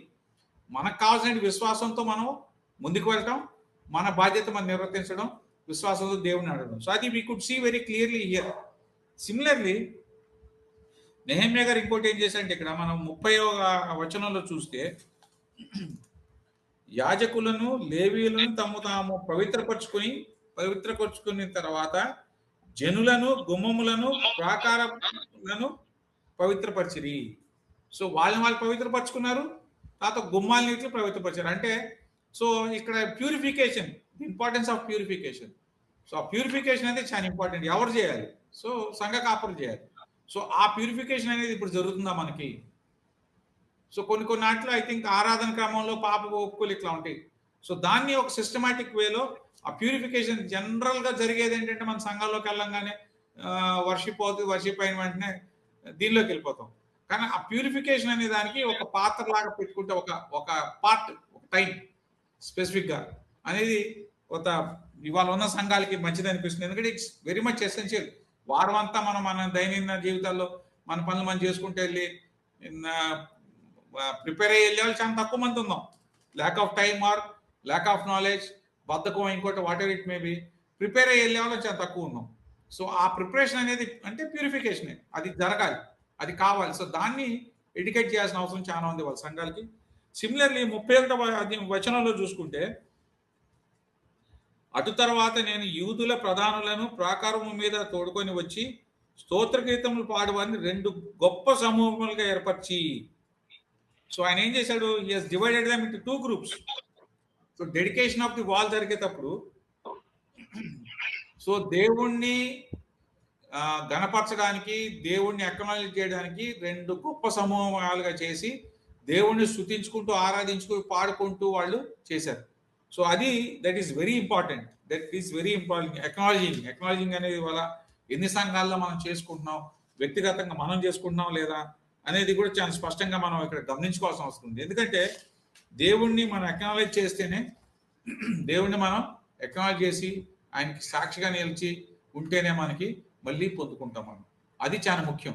అది మనకి వాళ్ళ చాలా సంఘాల్లో లేదా క్రైస్తవులుగా మనలో లోపిస్తుంది. అది ప్రధానంగా ఏంటంటే ఇక్కడ మనం చూస్తే కమ్యూనిటీ యొక్క ఇన్వాల్వ్మెంట్ చాలా స్పష్టంగా కనపడుతుంది. Whole community has involved. మొత్తం కమ్యూనిటీ అంతా కూడా ఇన్వాల్వ్ అయ్యి దేవుణ్ణి స్తుతించుకోవడం, ఆరాధించుకోవడంలో ఎవరి పనులు వాళ్ళు చేయడమే కాకుండా మిగతా వాళ్ళు కేటాయించిన బాధ్యత ప్రకారం బోర్లు చేసేవాళ్ళు, బల్ల, అట్లా చాలా సిస్టమాటిక్గా జరిగింది. So are we able to give the roles to the church today? మన సంఘస్థులకి ఆ రోల్స్ ఇచ్చి వాళ్ళని ఇన్వాల్వ్ చేసుకుని చేస్తున్నామా, లేదా ఏదో నేమ్ సేక్ లాగా సండే వస్తున్నారు, ఆ టైంకి వస్తారు, స్తుతిస్తారు, ఆదరిస్తారు, భోజనాన్ని పెడితే తిని వెళ్ళిపోతున్నారు? సో ఆ ఇన్వాల్వ్మెంట్ అనేది విత్ కమిట్మెంట్ అండ్ మెయిన్లీ దేవుని యందు భయభక్తులతో కూడుకున్న భాగస్వామ్యం ఉందా లేదా అనేది చాలా ముఖ్యం. అది లోపిస్తుంది వాళ్ళ సంఘాలకి చాలా స్పష్టంగా లోపిస్తుంది. దాన్ని మనం ఖచ్చితంగా చూసుకోవాల్సిన అవసరం ఉంది. ఎందుకంటే అందరూ కలిసి దేవుణ్ణి స్తుతించి ఆరాధిస్తున్నప్పుడు ఖచ్చితంగా అద్భుత కార్యాలు జరుగుతాయి. పరిశుద్ధాత్ముడు వస్తాడు. ఆ రోజు మనకి మేడగదిలో మరి 40 దినాలు యేసుక్రీస్తు వాళ్ళు చెప్పి వెళ్ళాడు, ఆదరణ కార్డు నేను వెళ్ళి మీకు ఆదరణ కార్డు పంపిస్తానని. సో వాళ్ళు అక్కడ కూడుకొని ప్రార్థించినప్పుడు ఏం జరిగింది? పరిశుద్ధాత్మ పొందుకున్నారు వాళ్ళు. పరిశుద్ధాత్మ పొందుకొని వాళ్ళు భాషల్లో మాట్లాడి, ఎట్లా మాట్లాడారు భాషలు? నాకు రాని భాషలో నేను మాట్లాడాను. ఇప్పుడు ఫర్ ఎగ్జాంపుల్ ఇక్కడ మనం 5గురు ఉన్నాం, 5గురు 5 భాషలు. నాకు తెలీదు, బట్ నేను మీ భాషలో మాట్లాడాను. పాస్టర్ గారి ఆ పాస్టర్ గారి భాషలో అంటే ఇట్లా వాళ్ళు ఉన్న వాళ్ళందరూ కూడా దేవర్ స్టండ్. దాన్ని నెగిటివ్ కామెంట్ చేసిన వాళ్ళు ఉన్నారు మంది ఎక్కువైందని, బట్ అల్టిమేట్గా ఏమైంది? 3000 మంది రక్షణ పొందారు. సో ఇక్కడ కూడా మనం అది సాధించగలగాలి. సంఘంగా ఖచ్చితంగా మనం అది సాధించాలి. ఆ సాధించే దిశగా మన ప్రయాణం ఉన్నప్పుడు దానికి నెహెమ్యా 12వ అధ్యాయమే మనకి నిదర్శనం. దీన్ని అనుదినం ధ్యానించుకుంటూ అందరం కూడా వ్యక్తిగతంగా ధ్యానించుకుంటూ దీనిలో ఉన్న అంశాలను ముందుకు తీసుకెళ్తే ఖచ్చితంగా సంఘాలన్నీ కూడా ఒకే దీనిలోకి అవుతాయి. ప్రధానంగా ఇంకొకటి ఏంటంటే వాక్యాన్ని లేకపోతే యేసుక్రీస్తుని అందరం కూడా ఒకే రీతిలో యూనిఫామిటీ, ఒకే రీతిలో అర్థం చేసుకోవాలి. ఒకే రీతిలో అర్థం చేసుకోవాలి. అది రిఫరెన్స్. ఒకే రీతిలో అందరం మనం దేవుణ్ణి అర్థం చేసుకోవాల్సిన అవసరం ఉంది. ఒకే రీతిలో బోధించాలి. బోధల్లో వేరుండకూడదు. మన బోధల్లో వేరుండకూడదు. యేసుక్రీస్తు విశ్వసించే వాళ్ళం అందరం కూడా ఒకటే బోధ అయి ఉండాలి. ఒకటే వాక్యాన్ని మనం బోధించాలి. ఒకటే అర్థం వచ్చేది బోధించాలి. ఎవరు ఇష్టం వచ్చినట్టు వాళ్ళు బోధిస్తూ ఉంటే దేర్ విల్ బి కన్ఫ్యూజన్. నా సంఘానికి మీ సంఘానికి కన్ఫ్యూజన్ వస్తుంది. సో అది ఆ యూనిఫామిటీని కూడా తీసుకురావాల్సిన అవసరం ఉంది. వాళ్ళందరూ కూడా ఒకే దగ్గర కూడుకొని చేయడం వలన ఒకే వాక్యం వెళ్ళింది, ఒకే విశ్వాసం వాళ్ళలో వచ్చింది, ఒకే రీతిలో అందరూ దేవుని స్తుతించుకుంటూ ఆరాధించుకుంటూ ధ్యానించుకున్నారు. అది వాళ్ళు లేదు. నా సంఘంలో నేను నా ఇష్టం వచ్చినట్టు నేను బోధిస్తాను, నా ఇష్టం వచ్చినట్టు నేను కామెంట్ చేయడం మొదలు పెడతాను. సో కామెంట్ చేయొచ్చు అని సంఘస్థులు నేర్చుకుంటారు. నన్ను చూసాక నేర్చుకుంటేది. సో ఇది కూడా సంఘాలను కూడా అవలంబించుకోవాల్సిన అవసరం ఉంది. దీన్ని మనం ఖచ్చితంగా నెహెమ్యా అధ్యాయం నుంచి 12వ వచనం నుంచి ఖచ్చితంగా సంఘాలు ఇవి నేర్చుకొని దీన్ని ముందుకు తీసుకెళ్లాల్సిన అవసరం ఉందని చెప్పి భావిస్తూ ముగిస్తున్నాను. Thank you.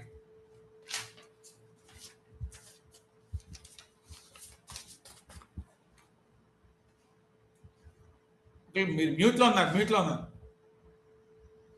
Thank you Vijay గారు. Very inspiring and thought provoking message ఇచ్చారు మీరు.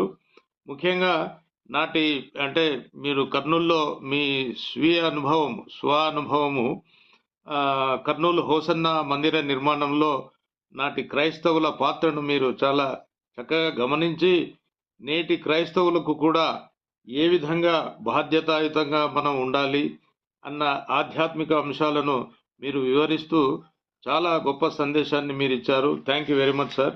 మరి ముఖ్యంగా దిస్ యూనిటీ కాన్సెప్ట్ మెసేజెస్లో స్పిరిచువల్ మెసేజ్ అన్నది అందరూ ఒకటే మెసేజ్ ఇవ్వడంలో ఒకే యూనిటీ ఉండాలి అన్నది చాలా బలంగా వినిపించారు. ఇది చాలా ప్రతి ఒక్కరూ గమనించాల్సిన విషయం. ఇది తప్పకుండా ఈ అంశాన్ని రాబోయే ఎపిసోడ్స్లో కూడా ఇంకా బాగా దీన్ని వివరించి మన వాళ్ళకు ఎన్లైటన్మెంట్ కలగాలని చెప్పేసి దేవుని ప్రార్థించాలి. తర్వాత 4వ ప్రశ్న గౌరవనీయులు పాస్టర్ గారికి. సార్, 13వ అధ్యాయంలోని ప్రధాన అంశం సంస్కరణలు నెహెమ్యా గారు చేపట్టినారు, కానీ వారు యెరూషలేము నుంచి తిరిగి వారు బబులోనుకు షూషన్ పట్టణానికి వెళ్ళినప్పుడు కొన్ని అపస్వరాలు అక్కడ కనపడ్డాయి. ఆయన తిరిగి వచ్చిన తర్వాత తన సంస్కరణను ఏ విధంగా ఆయన పూర్తి చేశాడు అన్నది మీరు భారతదేశ క్రైస్తవులకు కూడా అన్వయిస్తూ మీ ఆధ్యాత్మిక సందేశాన్ని ఇవ్వాల్సిందిగా కోరడమైనది సార్. 15 నిమిషములు మీకు. Thank you very much sir. Thank you brother Sagar. Nehemiah ఆఖరి అధ్యాయానికి వచ్చేసాం మనం. నెహెమ్యా గారు అన్నట్లు మరి షూషన్ పట్టణంకు వెళ్ళి మరి ఒక సంవత్సరం 12 ఏళ్ళు ఇక్కడ ఉండి ఒక లైన్లో పెట్టారు. అంటే వాళ్ళ స్పిరిచువల్గా వాళ్ళను చూశాడు. తర్వాత మరి ఫిజికల్గా మరి బిల్డింగ్ అది గోడలు కట్టించేశాడు. ఇవన్నీ చేసిన తర్వాత జస్ట్ మరి అర్థశాస్త్రం చూడడానికి వెళ్ళి మళ్ళీ ఒక 1 ఇయర్ గ్యాప్లో మళ్ళీ తిరిగి వచ్చేసాడు. తిరిగి వచ్చేసేస్తే ఆయనకు అట్మాస్ఫియర్ చేంజ్ అయిపోయింది. మనం ఇంత ముందులాగా ఎన్నో నిర్ణయాలు తీసుకున్నారు. 10వ అధ్యాయంలో చూసినట్లయితే వాళ్ళు మేము ఇతరులను పెళ్లి చేసుకోమని అంటున్నారు, మేము దేవునికి ఇస్తామని అంటున్నారు, మేము పరిశుద్ధంగా ఉంటామని అంటున్నారు. ఇవన్నీ నిర్ణయాలు తీసుకున్నారు. దేవుని ఆజ్ఞలు కట్టలను మేము మర్చిపోమని నిర్ణయాలు తీసుకున్నారు.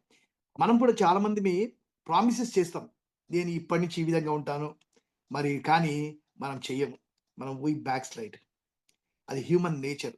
నిజంగా అందరూ దేవుని సన్నిధిలో ఒప్పుకొని ప్రమాణం చేసి శపథం చేసి మేము అవి చేస్తాం ఇవి చేస్తామని అన్నవాళ్ళు తిరిగి వెనక్కిపోతూ ఉంటే నెహెమ్యాకు చాలా బాధాకరం అనిపించింది. నిజంగా one has to take action. చూస్తూ చూస్తూ సంఘంలో మరి వాళ్ళు చెడిపోతా ఉంటే చూస్తూ చూస్తూ ఊరుకోలేము. He has concern. ఏంటి స్పిరిచువల్ గా ఇంత వెనక్కి వెళ్ళిపోయినారే అని చెప్పేసి నెహెమ్యా బాధపడతా ఉన్నాడు. చూడండి మరి ఇక్కడ చూసినట్లయితే మరొకసారి ఇక్కడ చూడండి 13వ అధ్యాయంలో చూసినట్లయితే మొట్టమొదటిగా జనులు ధర్మశాస్త్రం విన్నప్పుడు మిశ్ర జనసమును ఇశ్రాయేలులోంచి వెలివేసిరి. దేవుని యొక్క వాక్యం ఏం చేస్తుందంటే మనల్ని టచ్ చేస్తుంది, దర్శిస్తుంది, మనల్ని సరి చేస్తుంది. మిశ్రమ జనసమూహంను వెలివేసేస్తారంట చాలా మంది. బట్ స్టిల్ కొంతమంది ఉన్నారు. అది కదా వాళ్ళ గురించి కూడా యాక్షన్ తీసుకోవాలి. చూడండి 28వ వచనం చూసినట్లయితే యోదా కుమారులు ఒకడు హోరోనీయుడైన సన్బలుట్నకు అల్లుడు ఆయను, దాన్ని బట్టి నేను అతన్ని నా యుద్ధ నుండి తరిమి తిని. ఇంకా ఉన్నారు. సన్బల్లటుకు మరి అల్లుడైనాడంట, కుమారులలో ఒకడు, యాజకుల్లో. అంటే దేవుని బిడ్డలు మరి సన్బల్లటు ఒకప్పుడు అపోజిషన్ చేసినటువంటి గోడ కడతా ఉంటే ఎంతో విధంగా అవమానం చేసిన వాడు, తిరస్కరించినటువంటి వాడు, దేవుని పనికి అడ్డం చెప్పిన వాళ్ళలో ఒకడు ముఖ్యుడు. అటువంటితో సంబంధం పెట్టుకుంటే మరి నెహెమ్యా హీ టుక్ యాక్షన్. నా ఇద్దరు నుండి తరిమితిని అని ఉంది. రెండవదిగా చూసినట్లయితే 4వ అధ్యాయం చూసినట్లయితే ఇంతకుముందు మన దేవుని మందిరం గది మీద నిర్ణయం పడిన యాజకుడికి ఎల్యాషీబు టోబియాతో బంధుత్వం కలిగి చేసుకొని నైవేద్యం సాంబరాన్ని సరే ఇవన్నీ కూడా ఉంచు స్థలము వద్ద అతనికి ఒక గొప్ప గదిని సిద్ధం చేసి ఉండెను. చాలా ఘోరమైన విషయం. టోబియా అపోజ్ చేసినాడు. ఫస్ట్ దేవుని యొక్క ఈ ప్రాంగణం మరియు ఆ గోడలు కట్టాలంటే అడ్డం చెప్పిన ఫస్ట్ సన్బలట్ టోబియాది. ఈ సన్బలట్ను తీసుకొచ్చి గౌరవించి ఆలయంలో ప్రత్యేకమైన స్థలము, ఒక గది ఇచ్చేసి ఆ గదిలో ఈ టైత్ ఏవైతే వస్తాయో దేవుని యొక్క మరి నైవేద్యము, సాంబ్రాణి, గింజలు ఇవన్నీ వస్తాయి, అవన్నీ స్టోర్ చేసేటువంటి ఆ గది బాగా క్లీన్ చేసి టోబియాకి ఇచ్చినట్టుగా చూస్తాం. ఇది ఎంత ఘోరమైన విషయం. అవిశ్వాసులను తీసుకొచ్చి మనము మరి దేవుని ఆలయంలో పెట్టడము అది ఎంత డేంజరు. లీగలిజం అంటుందాన్ని. లేనిపోని ఈరోజు సంఘాల్లో కూడా అట్లా జరుగుతుంది. దేశం బయట నాయకులు వాళ్ళ గౌరవం కోసమని, వాళ్ళ పని కోసం అని చెప్పేసి వాళ్ళని తీసుకొచ్చి పులిపిట్ల మీద శాలువాలు కప్పి దండలు ఇస్తా ఉన్నాం. మనం వాళ్ళకు దేవుని వాక్యం అంటే తెలియదు. వారిని తీసుకొచ్చి సన్మానిస్తా ఉన్నారు ఆలయాల్లో. అది పులిపిట్ మీద కూర్చోబెడతా ఉన్నారు. ఆ కాలంలో టోబియాకు నువ్వు తీసుకుపోయి ఆలయంలో సపరేట్గా గదిలో కూర్చోబెట్టినారు. చూడండి ఈరోజు కూడా అలాగే జరుగుతూ ఉంది. యాక్షన్ ఏం చేయాలంటే నెహెమ్యా ఊరుకోల. 7వ అధ్యాయం చూసి యెరూషలేమునకు వచ్చిన ఎలీషా దేవుని మందిరంలో టోబియాకు ఒక గది ఏర్పరిచి చేసిన కీడంతయు తెలుసుకొని బహుగా దుఃఖపడినాడు. దుఃఖపడి ఆ గది నుండి టోబి యొక్క సామాగ్రి అంతా, ఆయన ఫర్నిచర్ బయటపడేసిండు. గదులని శుభ్రం చేసి ఆజ్ఞాపింపు వారు భయపడలేదు. ఇలాంటివి జరుగుతూ ఉంటాయి మన సంఘాల్లో. కానీ ఒక స్పిరిచువల్ పర్సన్ గా భారం కలిగిన వ్యక్తి ఏం చేయాలంటే ఆ ఫర్నిచర్, ఆ గది క్లీన్ చేసి పడేసి సామాన్లు బయట పడేసేసిన టోబి. అది చేయాల్సిన action. So as a leader we have to face. మనం ధైర్యంగా ఉండాలా, మరి ఆ పని జరగకుండా చేయాలా. రెండవదిగా చూసినట్లయితే మరి దేవునికి మరి టైత్ ఇవ్వాలి. లేవీయులకు, తర్వాత ఈ టెంపుల్ మెయింటెనెన్స్ కు మనం ఇస్తామన్న ప్రథమ ఫలాలు, తర్వాత మరి ఆలయానికి మనము ఆ ప్రథమ ఫలాలు ఇవన్నీ తీసుకొని వస్తాం. మనం ఎన్నో అర్పణలు తీసుకొని వస్తాం. అవన్నీ కూడా మరి రెగ్యులర్ గా ఇవ్వకపోతే టెంపుల్ మెయింటైన్ కాదు, ఆలయంలో ఆ బలుల అర్పణ జరగదు. మరి అంతేకాదు, లేవీలకు, గాయకులకు, అక్కడ ఉండే గాయకులు జీతం లేకపోతే, వాళ్ళకు ఆహారం లేకపోతే వాళ్ళందరూ పోయి పొలంలలో పనులు చేస్తున్నారంట. ఎంత బాధాకరమైన విషయం. దేవుని ఆలయంలో పనిచేసిన వాళ్ళు దేవుని ఆలయంలో ఆహారం లేక, మరి వాళ్ళకు కావాల్సినటువంటి ఆ, ఇది ఆహారం లేక, ఏం లేక, సరైనటువంటి ఇది ద్రవ్యం లేక వారు బయట పోయి పని చేసుకొని చూస్తాయి. అప్పుడు ఏం చేసినంటే నెహెమ్యా ఊరుకోలేదు. 11వ వచనం చూస్తే, నేను అధిపతులతో పోరాడి దేవుని మందిరంలో ఎందుకు లక్ష్య పెట్టదని అడిగి వారిని సమకూర్చి తమ స్థలంలో ఉంచితిని. అంతేకాదు, అప్పుడు ఏమైందంట, యూదులందరూ ధాన్య ద్రాక్ష స్థలంలో 10వ భాగం ఖజాన్లోకి తెచ్చిరి. చాలా బాధాకరమైన విషయం. దేవుడు ఈ రోజు చర్చిస్ మూసుకుంటున్నాయి. దశం భాగాలు ఇవ్వడం లేదు జనాలు, దేవునికి ఇవ్వాల్సినవి ఇవ్వడం లేదు. మరి అమెరికాలో చూసినట్లయితే ఎన్నో చర్చెస్ ఫర్ సేల్ అని ఉంది. యూరోప్ అయితే all churches for sold out. మసీదులకు ఇచ్చేసేస్తున్నారు, మసీదు వాళ్ళు కొనుక్కుంటున్నారు. బాధాకరమైన విషయం అంటే మనము దేవునికి మనం ఇవ్వడం లేదు. దేవుని ఆరాధించే నిజమైన దేవునికి మనం ఏమీ ఇవ్వడం లేదు. ప్రామిసెస్ చేస్తాం, అది ఇస్తాం, ఇది ఇస్తాం ప్రభా, నేను 10th ఇస్తాము, ఇవన్నీ ఇస్తామని చెప్పేసి. మరి మరి ఆ విధంగా చూస్తాం. చూడండి, తమ సహోదరులకు ఆహారం పంచిపెట్టు పని వారికి నియమింపడం. He has interested. వాళ్ళకు సరైన ఆహారము సరైన సమయంలో దొరికేటట్లుగా ఒక అరేంజ్మెంట్ కూడా చేసేసినట్టుగా చూస్తున్నాము. ఇంకా విశ్రాంతి దినం. విశ్రాంతి దినంలో మేము ఏమి కొనము, అమ్మము అని చెప్పి ఒక నిర్ణయం తీసుకున్న ఒకప్పుడు 10వ అధ్యాయంలో. ఈరోజు ఏం జరుగుతుందంటే చూడండి, 15వ వచనంలో, యూదులు కొందరు విశ్రాంతి దినం ద్రాక్ష తొక్కుటయు, గింజలు తొట్లలో పోయిటయు, గాది మీద బరువులు మోపుటయు, ఇవన్నీ చేస్తా ఉన్నారు. విశ్రాంతి దినంలో యెరూషలేముకు తీసుకొని వస్తా ఉన్నారు. ఈ ఆహార వస్తువులను ఆ దినంలో అమ్మిన వారిని గద్దించి తిని ఒట్టి గద్దించినాడు. అంతేకాదు, విశ్రాంతి దినం ముందు చీకటి పడినప్పుడు గుమ్మం మూసేసేయండి, విశ్రాంతి దినం గడిచే వరకు వాటి తీయకూడదు, అసలు విశ్రాంతి దినంలో వాళ్ళు అమ్మడానికి రానివ్వద్దు, గేట్ క్లోజ్ చేయండి మీరు అని చెప్పేసి చెప్తాడు. అంతేకాదు, విశ్రాంతి దినం ఏ బరువైన లోపల రాకుండా నా పనులు కొందరిని కావలించినాడు, కావలి పెట్టేసేసి లోపల రాకూడదు. నేను ఇంకా ఏం చేస్తారు, ఆ విశ్రాంతి దినం బయటకు పోయి అక్కడ బస చేసినట్టు ఒక రోజు ముందు ఆ చుట్టుపక్కల ఉంటే బస చేసుకుంటే, నేను వారిని గద్దించి ఇంకోసారి ఇలా చేసిన మిమ్మల్ని పట్టుకుందని చెప్పి అప్పటి నుంచి విశ్రాంతి వారు మరిక రాలేరు. So he gave a warning, నువ్వు ఇక్కడ ఇంకొకసారి వచ్చినావంటే నేను మీ సంగతి చేస్తాను, నేను మిమ్మల్ని పట్టుకుంటా అని చెప్పేసి చెప్పాలి. అది చేయాల్సింది. మనం we should be very strict దేవుని పనులలో. మరి ఇక్కడ ఆ దినంలో వివాహం చేసుకున్న ఇంటర్ మ్యారేజ్ జరుగుతున్నాయి. ఇక్కడ ఏమో వెలివేసినారన్నారు. ఇంకా కొంతమంది ఆ దినంలో అష్టోదు, అమ్మోను, మోయాబు సముద్రం 23వ వచనం, స్త్రీలను వివాహం చేసుకున్న కొందరు యూదులు నాకు కనబడరు. ఇంకా స్టిల్ ఉంది పాపం. ఇంకా కొంతమంది అన్యదేవులను ప్రేమిస్తూనే ఉన్నారు, ప్రేమిస్తారు, పెళ్లి చేసుకుంటున్నారు. 25వ వచనంలో యాక్షన్ హీ టుక్. నేను వారితో వాదించి వారిని శపించి కొందరిని కొట్టి తల వెంట్రుకలను పెరిగివేసి కుమార్తె మరి కుమార్తె పుచ్చుకొని ఉండవాలని వారి చేత ప్రమాణం చేయించినాను. నెహెమ్యా ఎంత భారం కలిగినటువంటి వాడు. వాళ్ళను శపించి కొందరిని కొట్టి తల వెంట్రుకలను పెరిగివేసి ఇవన్నీ చేసినాడు. అండ్ వాళ్ళతో ప్రామిస్ కూడా చేపించినాడు దేవుని ఎదుట, మీరు ఇంకోసారి ఇట్లా చేయకూడదని చెప్పేసి. అంత courageous person. And he took action. ఏదో చూసి మనకెందుకులే అని చెప్పేసి అనుకోలేదు. ఈరోజు మనం కూడా ఏదో పాపం చేస్తున్నారులే, అవన్నీ మామూలే, ప్రతి చర్చిలో మామూలే, ప్రతి సంఘంలో ఇది మామూలే, కొట్టుకోవడము, అల్లరి చేయడము, ఇవన్నీ కూడా మామూలే అని చెప్పేసి మనం ఎన్నో ఇగ్నోర్ చేస్తూ ఉంటాం. కానీ do we have real concern for God? నువ్వు నిజంగా దేవుని మీద భారం ఉంటే, దేవుని భారం నీలో ఉంటే, దేవుని భయం నీలో ఉంటే, దేవుని నిజంగా ఆరాధించేవాడివైతే ఇలాంటివి జరుగుతూ ఉంటే నువ్వు చూస్తూ ఊరుకోలేవు. చూడండి, మరి ఇంకా చెప్తా ఉన్నాడు, వాళ్ళను ప్రమాణం చేయడం చెప్తా ఉన్నాడు, దేవుని వాక్యం కూడా చెప్తా ఉన్నాడు.